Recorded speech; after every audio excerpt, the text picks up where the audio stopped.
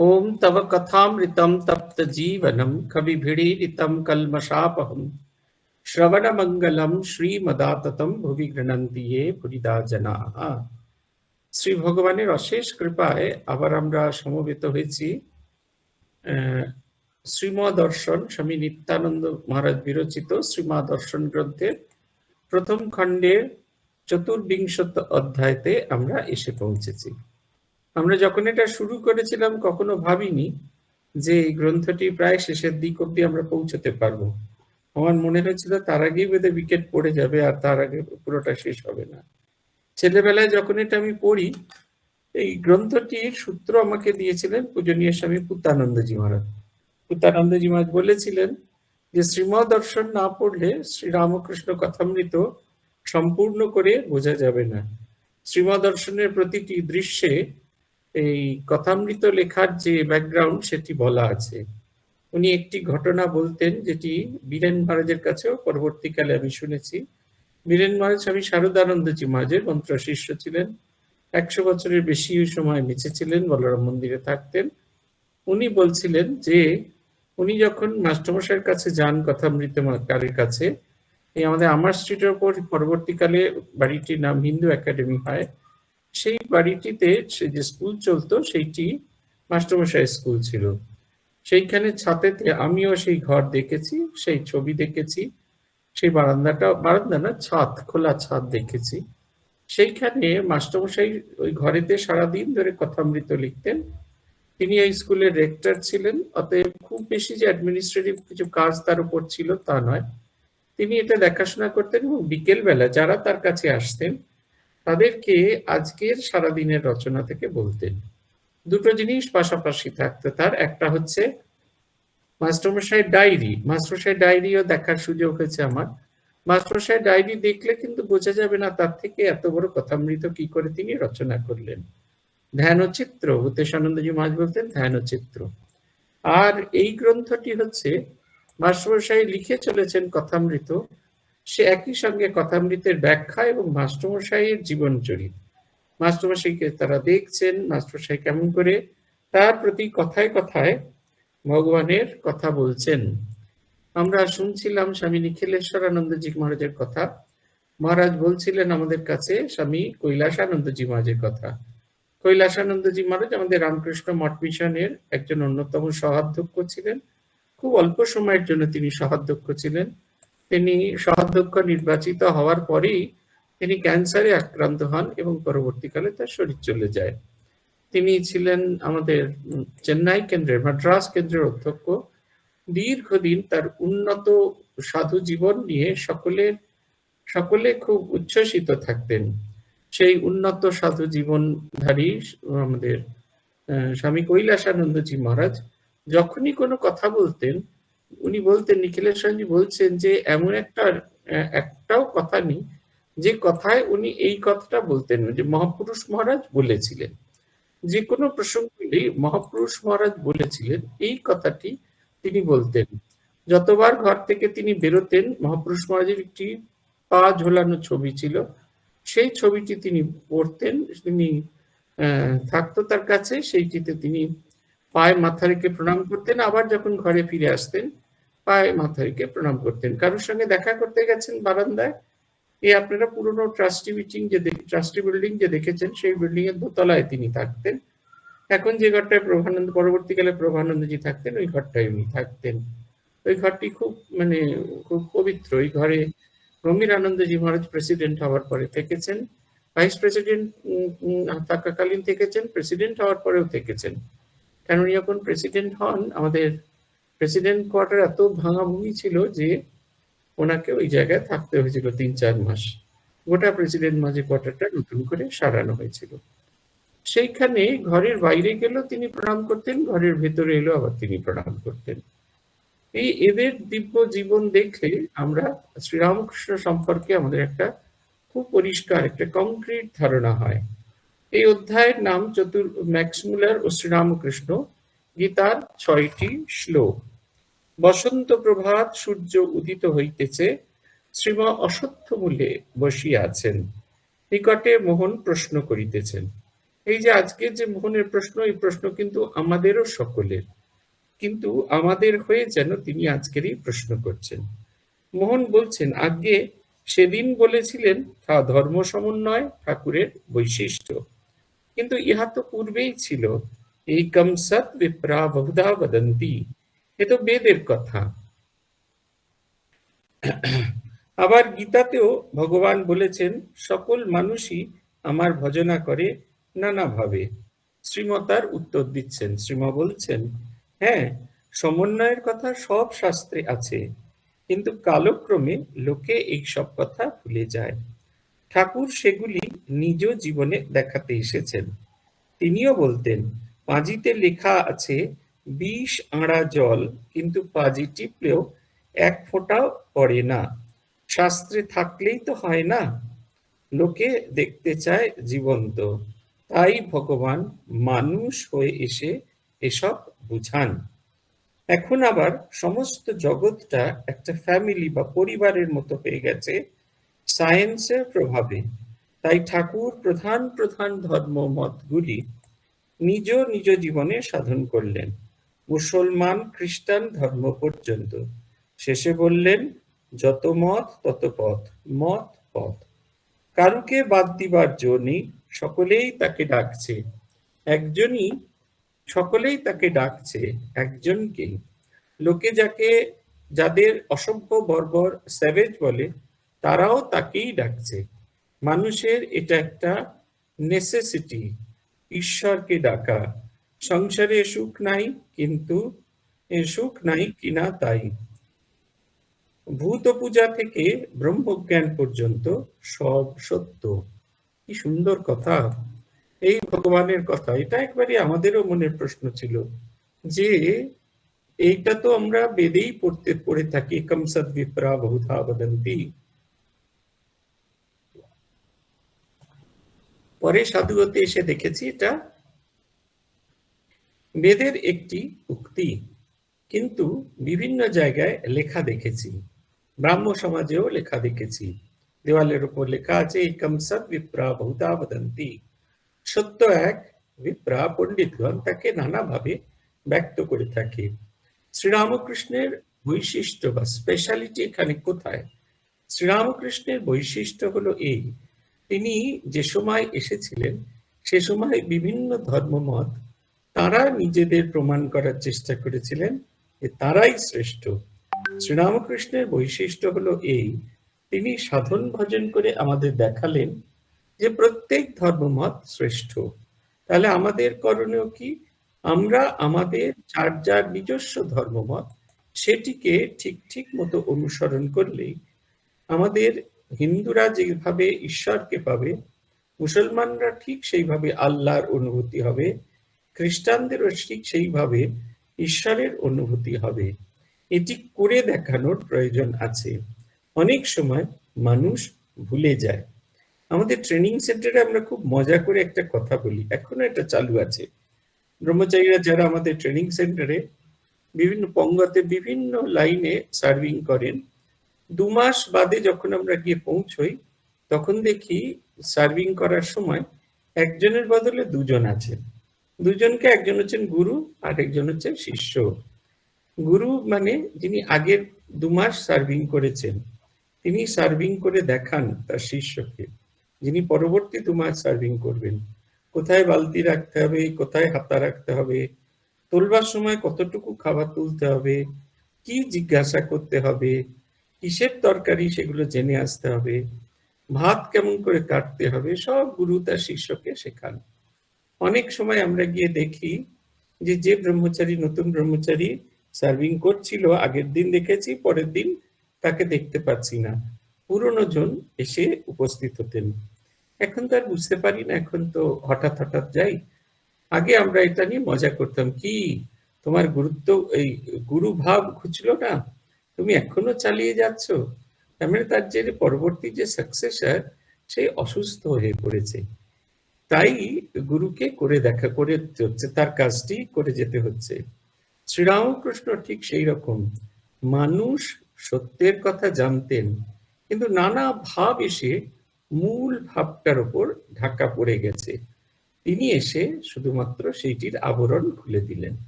আপনারা অনেকেই কথামৃত পড়েছেন, সেখানে একটি উদাহরণ দেওয়া আছে।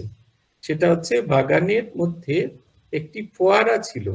সেই ফোয়ারার নলটি ইট চাপা পড়া ছিল। যেই ইটটি সরিয়ে দেওয়া হলো, ফুরফুর ফুরফুর ফুরফুর করে সেই তার ভেতর থেকে জল বেরোতে থাকলো। ঠিক সেই রকম প্রত্যেক মানুষের ভেতরে ধর্মবোধ জীবন্ত জাগ্রত হয়ে আছে।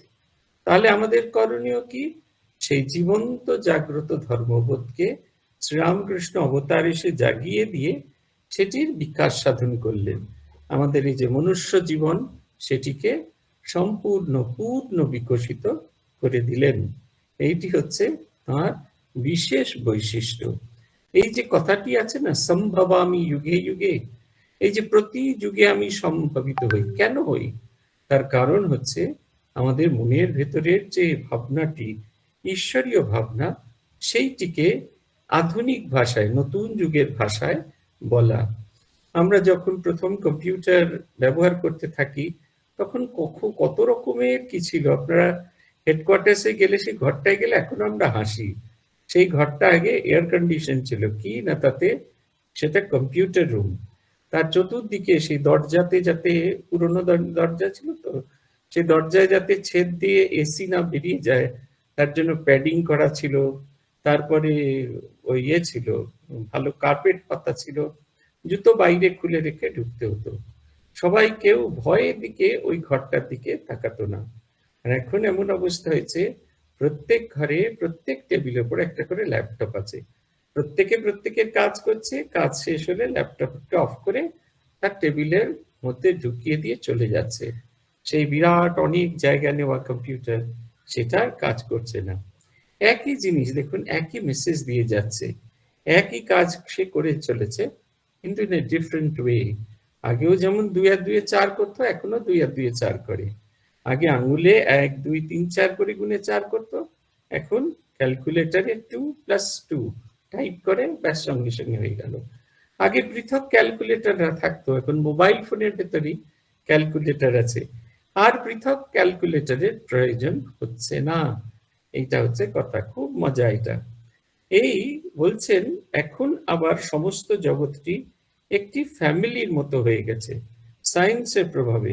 তাই ঠাকুর প্রধান প্রধান ধর্মমতগুলি নিজ নিজ জীবনে সাধন করে দেখালেন। আমাদের স্কুলের বন্ধুদের একটাই গুগল মিট হয়েছিল, এই এখনই যদি দেখেন গুগল মিট, সমরেন্দ্র বাবু উনি আছেন ওই নিউ দিল্লি থেকে, আরেকজন সাথীদি উনি আছেন কল্যাণী থেকে। এরকম বিভিন্ন জায়গা থেকে বিভিন্ন মানুষ আছে। আমাদের হিউস্টন থেকে মমতা দি আছেন। বিভিন্ন পৃথিবীর বিভিন্ন প্রান্ত থেকে মানুষ আছে, কিন্তু সবাই একটা ছোট্ট কলের ভেতরে রয়েছেন। আমরা হয়তো সকলকে দেখতে পাচ্ছি না, কিন্তু সবাই আমাদের দেখতে পাচ্ছেন, আমাদের শুনতে পাচ্ছেন। আমরা স্কুলের একবার রিউনিয়ন করেছিলাম। সেই রিউনিয়নে আমরা সবাই অনলাইনে কথা বলেছিলাম। কি অবাক লাগছে, কেউ নিউ ইয়র্কে আছে, কেউ কানাডায় আছে, কারুর রাত কারুর দিন, নানা সময় করে আমরা একত্রিত হয়ে একে অপরের সঙ্গে কথা বলছি, গল্প করছি, হইচই করছি। গোটা পৃথিবীটা একটা ছোট্ট জায়গার মধ্যে এসে গেছে। সেই কারণে এই ছোট্ট যুগে খুব প্রিসাইসলি বলা দরকার। আর প্রিসাইসলি বলতে গেলে লিভিং ডেমনস্ট্রেশন দরকার। সেই কারণে শ্রীরামকৃষ্ণদেব লিভিং ডেমনস্ট্রেশন দিলেন। ধর্ম ঈশ্বরীয় ভাবনা হচ্ছে এমন, যেটা শুধুমাত্র যে ভালো মানুষ করবে, ভালো মানুষ সেটা অভ্যাস করবে তা নয়, খারাপ মানুষও অভ্যাস করে। আপনারা দেখুন, আমাদের যত কালী মন্দির তৈরি হয়েছে, এগুলো মূলত সব ডাকাতদেরই কালী। ডাকাতরা ডাকাতি করতে যাওয়ার আগে মায়ের শরণাগত হতো। মায়ের শরণাগত হলে মায়ের আশীর্বাদ নিয়ে কিছু, তো তা নয়। মায়ের শক্তিতে, মা কালী হচ্ছেন শক্তিময়ী, তার সেই শক্তিতে তারা ডাকাতি করতে যেত।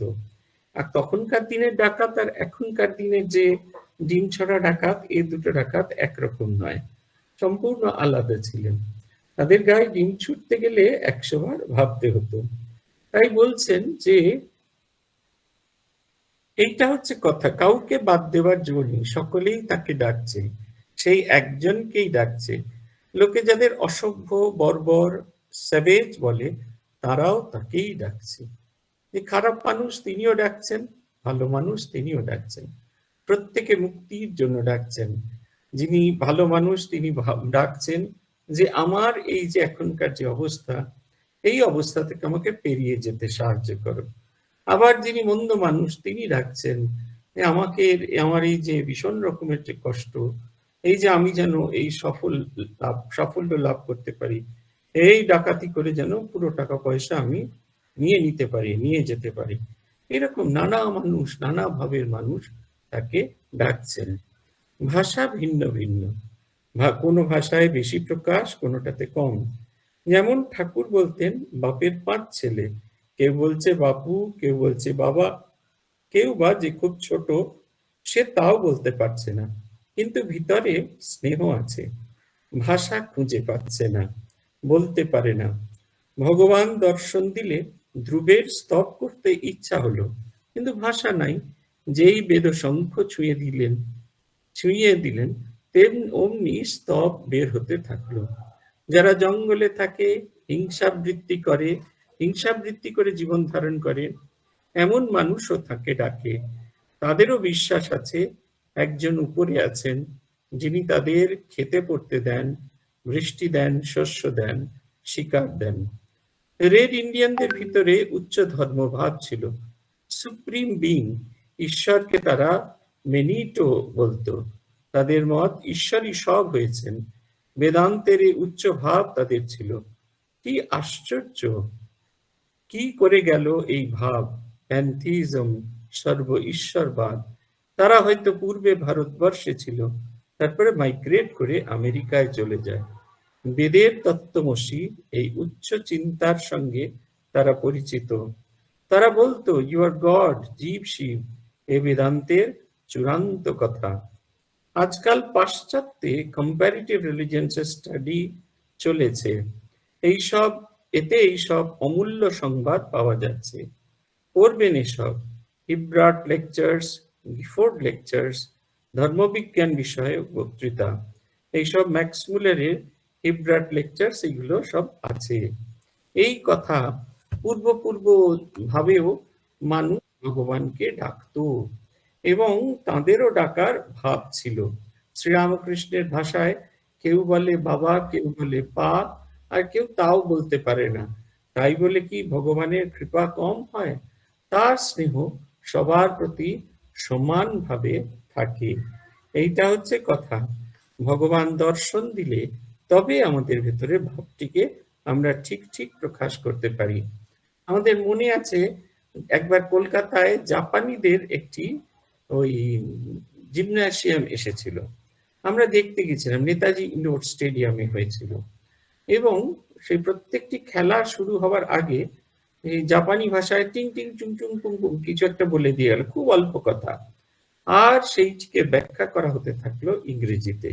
যিনি বলছেন তিনি বলেই চলেছেন এই খেলার কি নাম, কোন শতাব্দী থেকে শুরু হয়েছে, এই যে খেলাটি হচ্ছে এর মধ্যে দিয়ে কোন ভাব প্রকাশিত হচ্ছে। অথচ এই কথাটি ওই জাপানিরা কয়েকটি মাত্র শব্দ বলে হয়ে গেল। এই যে কারুর ভাব প্রকাশের ভাষা বেশি, তোমায় ভালোবাসি কথাটা বলছি, গান গাইছি, গিফট কিনছি, হেনা তেনা কিনছে, কেউ গিয়ে হাতে গোলাপটা ধরিয়ে দিল, আর একটাও কথা বলতে হলো না। আপনা আপনি সেই ভাবটি তাদের ভেতরে সঞ্চারিত হয়ে গেল। এইটি হচ্ছে কথা।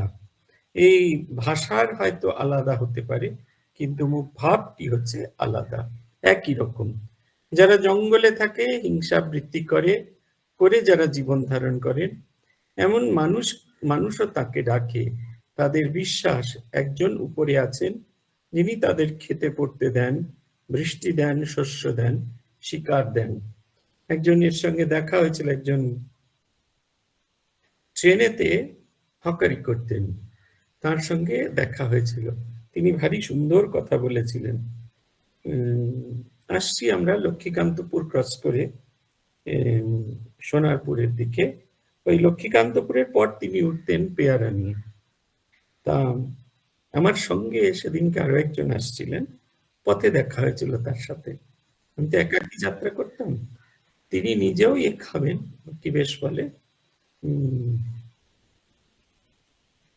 তিনি নিজে আমাদের পেয়ারা খাবেন। তিনি ধর্ম ভয় দেখাচ্ছেন যে সাধু খাবে, ঠিকমতো দেখে শুনে দেবে। তখন তিনি বললেন, "আমাদের ভয় আছে। আমাদেরও উপরওয়ালা দেখছে। এর মধ্যে ভালো জিনিসই সবাইকে দেব। খারাপটা কেন দেব? সাধু খেলেও খারাপটা দেব না, গৃহী খেলেও খারাপটা দেব না।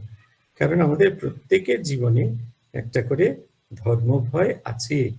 আমরা কখনো যেন ভুলে না যাই যে কেউ একজন উপরওয়ালা আমাদের দেখছেন।" আমি বললাম, "কে উপরওয়ালা?" বলে, "কে তো তা তো জানি না বাবা। কিন্তু উপর থেকে একজন কেউ দেখছেন। সুকর্মের সুফল হবে আর কুকর্মের কুফল হবে। কেউ একজন উপর থেকে আমাকে দেখছে।" মোহন বললে, "আজ্ঞে ম্যাক্স মুলার একটু দেখছিলাম। তিনিও বলেন সব ধর্ম সত্য। কিন্তু মিশনারিগণ তাঁর একথা নিতে চান না। শ্রীমা বলছেন, হ্যাঁ, ওদের যে ব্যবসা থাকে না তাহলে। ম্যাক্স মুলার এ সিদ্ধান্তে পৌঁছেছেন কম্পারেটিভ রিলিজিয়ন্স তুলনামূলক ধর্মমত আলোচনা করে। ঠাকুর সাধন করে নানা ধর্মমতে সিদ্ধ হয়ে তবে বলেছেন যত মত তত পথ। একটি হলো ইন্টেলেকচুয়াল স্টাডি, খুব বিচারাত্মক আলোচনা, আরেকটি হচ্ছে ডাইরেক্ট রিয়েলাইজেশন বা প্রত্যক্ষ অনুভূতি। দুটোর ভেতরে অনেক তফাৎ আছে। এই যে অনেক সময় এই আমি খুব ভোজন রসিক। নিজে রান্না করতে পারি না, কিন্তু খেতে পারি। কিন্তু বহু জায়গায় বহু রান্না আছে যেগুলো কখনো আদৌ আছে কিনা সে নিয়ে যথেষ্ট সন্দেহ আছে। এই মাঝে মাঝে দেখি রান্নায় দ্রুত নাকি ভীষণ দ্রুত ০.৫ ঘন্টার মধ্যে কেক তৈরি করে ফেললো। কিরকম? না, বিস্কোজ বলে একটা বিস্কিট আছে, সেইটা ইয়েতে দেওয়া হলো, মিক্সিতে দেওয়া হলো, সেটাকে গুঁড়ো করা হলো, তারপরে সেটা মাখন মিশিয়ে সেটার সঙ্গে একটা মসৃণ ব্যাটার তৈরি করা হলো, সেটা ওই বাটির নিচে দেওয়া হলো, তার উপর ক্রিম দেওয়া হলো, তারপরে আবার ওইটা দেওয়া হলো, তারপরে ক্রিম দেওয়া হলো, এবং এইটা ডিপ ফ্রিজে ঢুকিয়ে দিল ৮ ঘন্টার জন্য। বলছে আপনাকে রান্না করতেই ০.৫ ঘন্টার মধ্যেই রান্না করতে হবে। আমি তো দেখলাম রান্না করতেই ৭-৮ মিনিট লেগে যাচ্ছে। তারপরে এইসব জিনিসপত্র জোগাড় করা, গুঁড়ো করা, এসব করতে করতে ০.৫ ঘন্টার বেশি হয়ে যাবে। হাঁ করে তাকিয়ে দেখছি। এটা হচ্ছে আমার ইন্টেলেকচুয়াল স্টাডি। আমি ইন্টেলেকচুয়াল স্টাডি করেছি। এই জিনিসগুলো লাগে এই কেকটা তৈরি হতে। কিন্তু যখন সেটা তৈরি হবে, তারপর সেটা যখন খাবো, তখন খেয়ে বলতে পারবো যেটা খেতে সুস্বাদু, এটা স্বাস্থ্যকর, হেনা তেনা, এই যে কমেন্ট গুলো, এগুলো খাওয়ার পর আমরা বলতে পারবো। সেটাকে বলছেন ডাইরেক্ট রিয়েলাইজেশন, প্রত্যক্ষ অনুভূতি। প্রত্যক্ষ অনুভূতি ছাড়া কখনো কোনো জিনিস দাঁড়িয়ে থাকে না।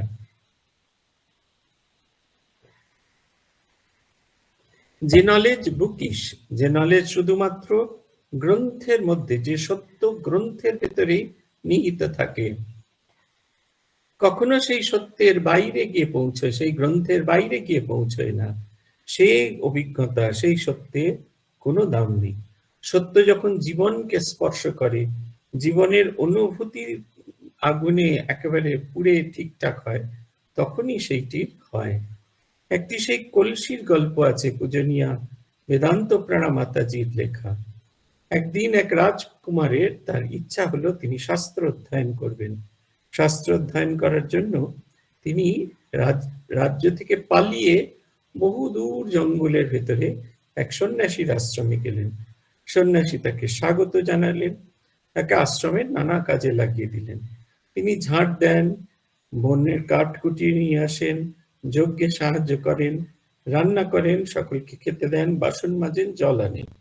কিছুদিন যাবার পর তার মনে হতে থাকলো তিনি তো এসেছিলেন এখানে শুধুমাত্র শাস্ত্র অধ্যয়ন করার জন্য, এই সমস্ত কাজ করার জন্য তো তিনি আসেননি। তাহলে কি তাকে এই কাজই করে যেতে হবে? এই মনে হওয়া মাত্র তিনি পালাতে শুরু করলেন। যখন পালাচ্ছেন, সকালবেলা জল আনতে যাওয়ার ছল করে কলসি নিয়ে তিনি শুনলেন এক দেববাণী, আমার দুঃখ কি তোমার চেয়েও বেশি? যে তুমি এই আশ্রম ছেড়ে পালাচ্ছ? চতুর্দিকে তাকিয়ে তিনি দেখলেন কেউ কথা বলছে না। শব্দটা আসছে ওই কলসির মধ্যে থেকে। কলসি বলছে, আমার দুঃখ কি তোমার চেয়েও বেশি? কি তার দুঃখ? বলছে, মায়ের সঙ্গে লেপ্টে জড়িয়েছিলাম, বুঝলাম আমার একটা আলাদা অস্তিত্ব আছে যখন কুমার এসে কোদাল দিয়ে আমাকে মায়ের থেকে আলাদা করে ফেলে দিল। একেবারে অবহেলায় একটা জায়গায় পড়েছিলাম। একদিন এসে সে ভালো করে পাঠ করলো। আমার ভেতরে সেই যে খারাপ জিনিসগুলো, ইটের টুকরো, তারপরে কাঁকড়, তারপরে কাঁটা যেগুলো ছিল সব বার করে নিল। যখন টেনে টেনে বার করছিল খুব কষ্ট হচ্ছিল, কিন্তু হয়ে যাওয়ার পর মনে হলো যেন আমি নির্ভার হয়ে গেছি। তাতেও হলো না, চাকের মধ্যে ফেলে দিল, ঘুরিয়ে ঘুরিয়ে ঘুরিয়ে ঘুরিয়ে আমাকে একটা শেপ দিল, এই কলসির আকারটা দিল, দিয়ে রোদ্দুরে বসিয়ে দিল। দিনের পর দিন রোদ্দুরের তাপে শুকোচ্ছি। তারপরে একদিন এসে তুলে সোজা আগুনের মধ্যে ফেলে দিল। আগুনের ভেতরে একবারে পুড়ে তছনছ হয়ে গেলাম। আমার পুরনো সত্তা থাকলোই না, এক নতুন সত্তার জন্ম হলো। তারপরে সেটিকে এনে জলে ফেলে দিতে আমার খুব আরাম হলো। অবশেষে সেটিকে তুলে এনে ওই মাটির দোকানে রাখা হলো। সবাই আসে, টক টক করে বাজায়, কেউ নেয় না।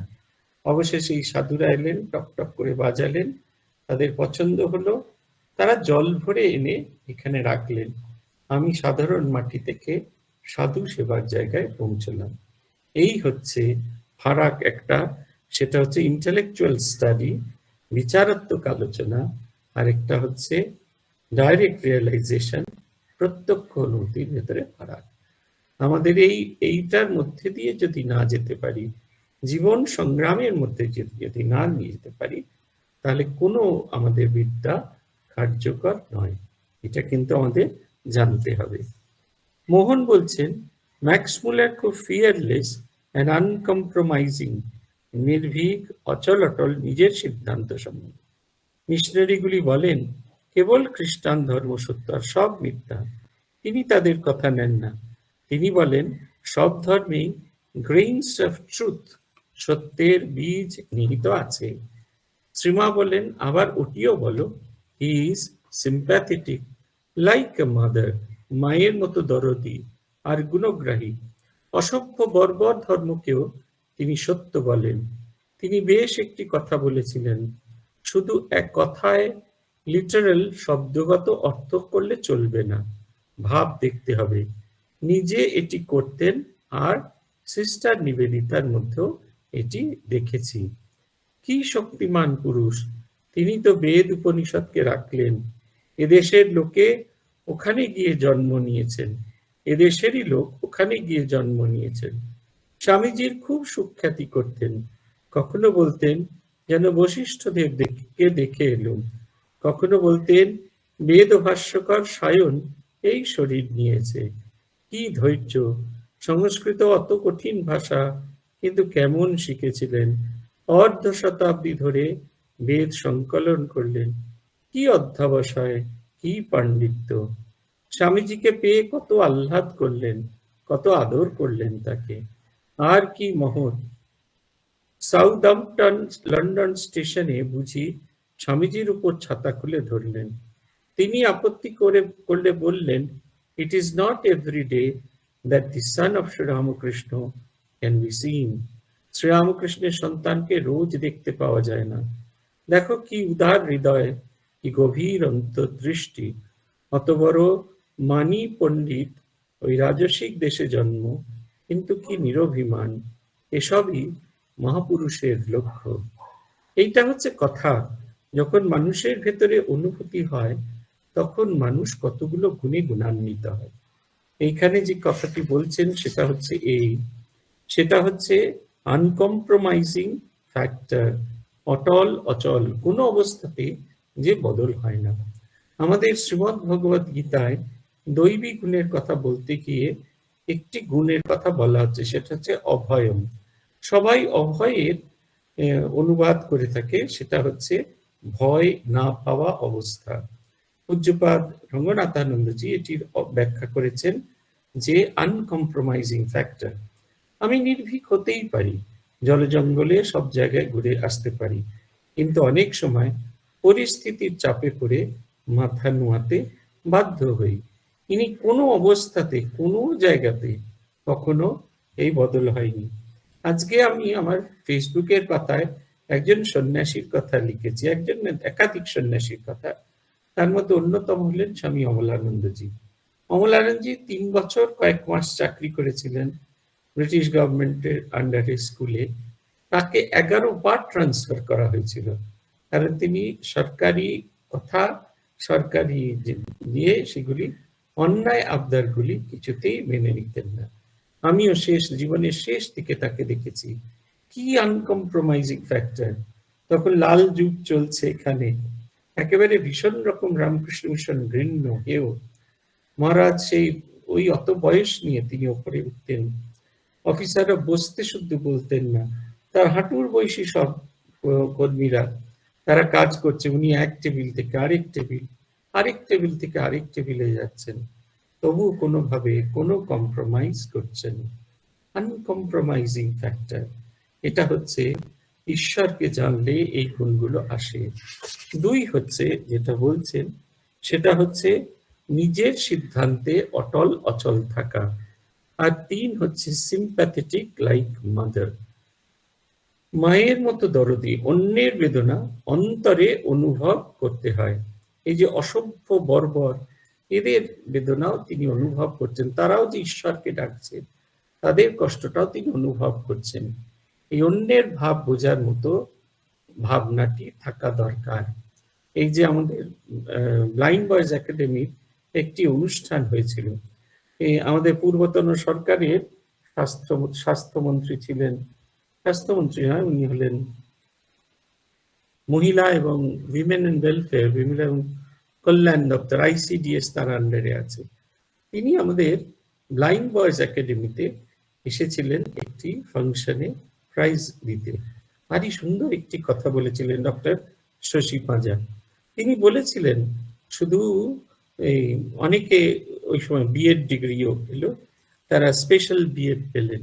শশী পাঁজা বলেছিলেন, স্পেশাল বিএড মানে যারা শারীরিক দিক দিয়ে অক্ষম, কানে শুনতে পায় না, কথা বলতে পারে না, তাদেরকে পড়ানোর বিদ্যা তারা যারা জানতে পারেন, তাদেরকে স্পেশাল বিএড দেওয়া হচ্ছে।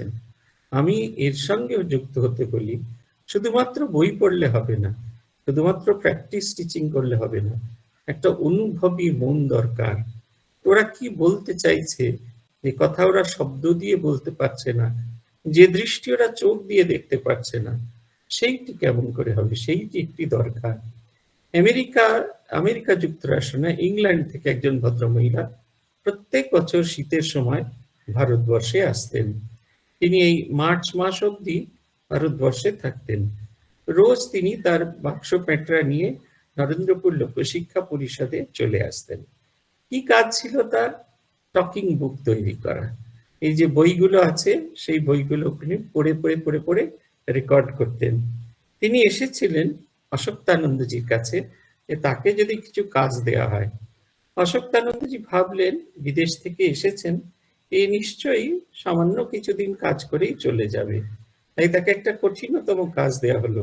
একটা বদ্ধ ঘরে, একটা স্টুডিওর মধ্যে বসে তাকে একটা একটা করে বই দেওয়া হলো, এবং তিনি খুব ধীরে ধীরে ধীরে ধীরে সেই বইগুলো পড়ে যেতে থাকলেন। সেগুলো রেকর্ড হতে থাকলো। যে সমস্ত ছেলেরা চোখে দেখতে পায় না, তারা ওই টকিং বুকগুলো কানে লাগিয়ে শুনতো।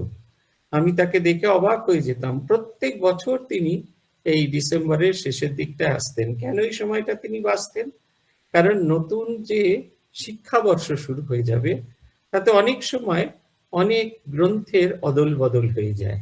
সেই যে অদল বদলটুকু, সেইটুকু তিনি প্রত্যেক বছর রেকর্ড করতে আসতেন। কি অদ্ভুত অনুভবী মন ছিল তার! কি কলকাতায় কাজ করার জায়গা ছিল না? প্রচুর জায়গা ছিল কাজ করার। তার কি কলকাতায় আত্মীয় স্বজন ছিল না? অনেক আত্মীয় স্বজন ছিলেন, কিন্তু তথাপি তিনি প্রতিদিন সময় করে আসতেন এবং এই কাজগুলো করতেন। এই অনুভবী মনটা দরকার। আরেকটা কথা তিনি বলছেন, যে শক্তিমান পুরুষ, অন্যকে সম্মান দেওয়া। এই যে তিনি এত পণ্ডিত মানুষ, তথাপি শ্রীরামকৃষ্ণের সন্তান স্বামীজিকে তিনি কত আদর যত্ন করলেন। স্বামীজির মাথার উপর ছাতা ধরেছেন। তিনি তাকে বাধা দিলে তিনি বলছেন, "It is not every day that the son of Sri Ramakrishna can be seen." Sri Ramakrishna সন্তানকে রোজ রোজ দেখা সকলের ভাগ্যে হয় না। কি উদার দৃষ্টি, গভীর অন্তর্দৃষ্টি, এইটি আমাদের থাকা দরকার। আমরা কত সম্পদ হাতে পাই, কিন্তু সব সম্পদ আমরা ব্যবহার করতে পারি না। কেশব সেনকে ম্যাক্স মুলার ওয়াচ করতেন। ঠাকুরের সঙ্গে মিলনের পর কেশবের অনেক পরিবর্তন হয়েছিল। ম্যাক্স মুলার এটা লক্ষ্য করেছিলেন। কিন্তু কি পরিবর্তন? তিনি বলেছিলেন, একটা জায়গা আমার ভুল হয়ে গেল, এই অংশটা ছেড়ে গেছি। তিনি বলেছিলেন, ম্যাক্স মুলার বলেছিলেন, ঠাকুর না এলে তার নিজের সিদ্ধান্ত অপরকে বোঝানো কষ্ট হতো। ঠাকুরের জীবন দেখিয়ে তিনি নিজ জীবন সাধন করে দেখিয়েছেন সব ধর্ম সত্য। কেশব সেনকে ম্যাক্স মুলার ওয়াচ করতেন। ঠাকুরের সঙ্গে মিলনের পর কেশবের অনেক পরিবর্তন হয়েছিল। ম্যাক্স মুলার এটা নোটিস করেছিলেন, কিন্তু কি করে পরিবর্তন হলো তখনও তিনি ভালো করে বুঝতে পারেননি। তারপর যখন স্বামীজির সঙ্গে তার মিলন হলো আর ঠাকুরের সব কথা শুনলেন, তখন সব বুঝতে পেরেছিলেন। শেষে ঠাকুরের জীবনচরিত লিখলেন। এটি ম্যাক্স মুলারের সবচেয়ে বড় কাজ। আমাদের একজন সাধু চিদেকানন্দজি, তিনি নানা শ্রীরামকৃষ্ণের পদধূলি ধন্য নানা জায়গা নিয়ে কাজ করছেন। তার মধ্যে অন্যতম হলো কেশবচন্দ্র সেনকে নিয়ে তিনি কাজ করছেন। কেশব সেনের সবকটা সমাজে তিনি গিয়েছেন, তো লিলি কটেজে কিছুতেই তিনি এন্ট্রি পাচ্ছিলেন না। আমাদের পরিচিত কয়েকজন ছিল, তাদের মাধ্যমে লিলি কটেজে তিনি গেলেন। আমার মনে হচ্ছিল যে লিলি কটেজ সম্পর্কে একটা অন্য রকমের ধারণা ছিল। সেই ধারণাটি তিনি যাওয়ার পরে তার ছবি তুলে আনার পর আমাকে অনেক ছবি পাঠিয়েছেন তিনি। সেই ছবিগুলো দেখছি, মনে হচ্ছে চোখ ফেটে জল এসে যাবে। কেশবচন্দ্র সেন কত বড় মহাপুরুষ! এই আধুনিক ভারতবর্ষের, এই আমাদের নবযুগের যিনি প্রবক্তা, তার বাড়ি কি অনাদর, কি অনাদর! না দেখলে বোঝা যায় না। 3টি ঘর এখনো আছে, যে ঘর 3টিতে একটি হচ্ছে কেশবচন্দ্র সেনের ঘর, একটি কেশবচন্দ্র সেনের মায়ের ঘর, একটি কেশবচন্দ্র সেনের বসবার ঘর, যে ঘরে শ্রীরামকৃষ্ণের সঙ্গে তার দেখা হয়েছিল এবং শ্রীরামকৃষ্ণ দেবের সেই বিখ্যাত হাত তোলা ছবিটি তোলা হয়েছিল। কেশবচন্দ্র সেনের মায়ের সমাধি খ্রিস্টীয় কায়দায় ভীষণভাবে প্রভাবিত হয়েছিল বলে খ্রিস্টানদের যেরকম সমাধি হয়, ব্রাহ্ম সমাজীদেরও সেরকম সমাধি হয়। হিন্দুদের মতো তাদের দাহ করা হতো না। ইদানিং ব্রাহ্মদের হিন্দুদের মতো দাহ করা হয়ে থাকে। ওইখানে তার সমাধি আছে। এই একেবারে সম্পদ ছড়িয়ে আছে। সেই সিঁড়িটা দেখছিলাম তাকিয়ে, ছোট্ট ছোট্ট ধাপওয়ালা সিঁড়ি। সেই সিঁড়ি দিয়ে, আর আমি কল্পনা করার চেষ্টা করছিলাম, সেই সিঁড়ি দিয়ে তিনি মাস্টারমশাইয়ের সঙ্গে ঠাকুর একটি একটি করে সিঁড়িকে অতিক্রম করে দোতলায় উঠছেন। কি অনাদর! শ্যাওলায় ভরে গেছে, পার্ন গাছ বেরিয়ে গেছে। এ বোধহয় আমাদের দেশ বলেই এরকম সম্ভব।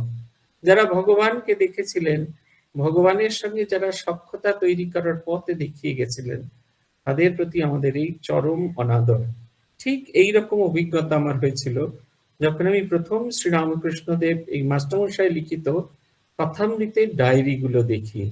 কথামৃতের ডায়েরিগুলো যখন ভালো ছিল, সেই সময় পূজনীয় স্বামী প্রভানন্দজি মহারাজ কথামৃতের বাড়ির যে কর্তারা যারা ছিলেন, অনিল বাবু ছিলেন, অন্যান্যরা যারা ছিলেন, তাদেরকে অনুরোধ করেছিলেন এই কথামৃতের পাতাগুলিকে রাখবার ব্যবস্থা তাদের করতে দেওয়া হয়। কিন্তু কোনোভাবেই তারা রাজি হননি। তারা সেই কথামৃত দিলেন যখন তার প্রত্যেকটি পাতা ব্রিটল হয়ে গেছে, আর ওই পাতাগুলো নিয়ে কোনো কাজ করা যাবে না। একটা একটা করে পাতা খুলে সেগুলো ওই সলিউশনে দিয়ে শুকিয়ে তারপর ল্যামিনেট করা হয়েছে। শ্রীময়ের নিজের অনুভূতির কথা যে ডায়েরির মধ্যে তিনি সংক্ষিপ্ত আকারে লিখেছেন, যেটি পরবর্তীকালে প্রকাশিত হয়েছে, সেটির এইরকম অনাদর আমার দেখলে চোখ ফেটে জল এসে যায়। আমাদের দেশ বলেই বোধহয় এটা এরকম ভাবে সম্ভব। তারপরে কথামৃতের যে প্রথম প্রকাশ হয়েছিল, প্রথম যে কথামৃতটি গ্রন্থাকারে প্রকাশিত হয়েছিল, কি অনাদরে সেইটি ছিল এতদিন মাস্টারমশাইয়ের বাড়িতে। সেই গ্রন্থটি যেটি দেখে দেখে মাস্টারমশাই নোটেশন নিতেন, যেটি দেখে দেখে মানুষ মাস্টারমশাই কারেকশন করতেন, তার পাতায় পাতায় মাস্টারমশাইয়ের হাতের লেখা। এই কালের প্রভাবে সেই কালো কালি আস্তে আস্তে ফেড হয়ে গেছে, কিন্তু সেই খগের কলমে লেখা, সেই তার উপর দিয়ে সেগুলো লেখা। মাস্টারমশাইয়ের বাড়িতে কত সম্পদ আছে, অনেক কষ্ট করে সেগুলোকে রক্ষা করা হয়েছে। মায়ের যে চুল অযত্নের ফলে একটা ছোট্ট এইটুকু বলে পরিণত, যে গিট্টি মতো হয়ে গেছে, মানে টিপলেই সেটা আর চুল নেই, সেটা কাদা কাদা জাতীয় জিনিসপত্রে রূপান্তরিত হয়েছে। আমাদের দেশ বলি বোধহয় এত অনাদর, যারা আগামী দিনের মানুষকে নতুন পথ দেখিয়েছিল, সেই পথ দিশারীদের কত অবহেলা, অবমাননা করা হয়েছে। আজ আমরা এখানেই থামবো। কেশবচন্দ্র সেনের যে দর্শন, কেশব ম্যাক্সমূলারের যে দর্শন কেশবচন্দ্র সেনের প্রতি, এটা কিন্তু রামকৃষ্ণ কথামৃত পড়লেই বুঝতে পারা যায়। কেশবচন্দ্র সেনের ভিউ বদল হচ্ছে, দেখার দৃষ্টিভঙ্গি বদলাচ্ছে। কেশবচন্দ্র যেদিন, ঠাকুর যেদিন কেশবচন্দ্রের সঙ্গে বেলঘড়ির বাগান বাড়িতে গেছিলেন, সেদিনকে শ্রীরামকৃষ্ণ ছিলেন তার কাছে দক্ষিণেশ্বরের পুরোহিত। কেশবচন্দ্র সেন যেদিন প্রথম শ্রীরামকৃষ্ণকে দেখতে এসেছিলেন, তিনি এসেছিলেন শ্রীরামকৃষ্ণের ভাবে মুগ্ধ।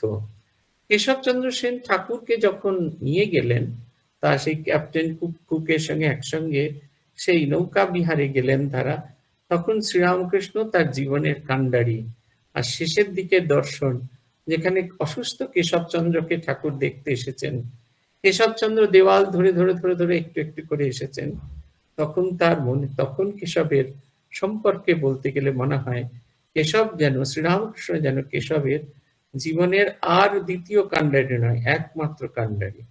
কেশবচন্দ্র সেনের বক্তৃতাগুলো যদি দেখেন, কেশবচন্দ্র সেনের লেখাগুলো যদি পড়ার সুযোগ হয়, দেখবেন একটা আমূল পরিবর্তন এসছে, একটা ভাব আন্দোলন, আমূল পরিবর্তন এসেছিলেন। ঠাকুর বলেছিলেন, মা যে ডাকটা, সেই ডাকের ভেতরে যে আন্তরিকতা, সেই আন্তরিকতাটিকে গ্রহণ করবার কথা শ্রীরামকৃষ্ণদেব বলেছিলেন। সেই ভাবটা ওইখানে প্রকাশিত হয়েছিল। আজ এই পর্যন্ত। ওম প্রণতানাম প্রসীদত্বম দেবী বিশ্বার্তিহারিণী ত্রৈলোক্যবাসিনামিদ্যে লোকানাম বরদা ভব। ওম শান্তি, ওম শান্তি, ওম শান্তি। हरि ओम तत्सत। श्री रामकृष्णार्पणमस्तु।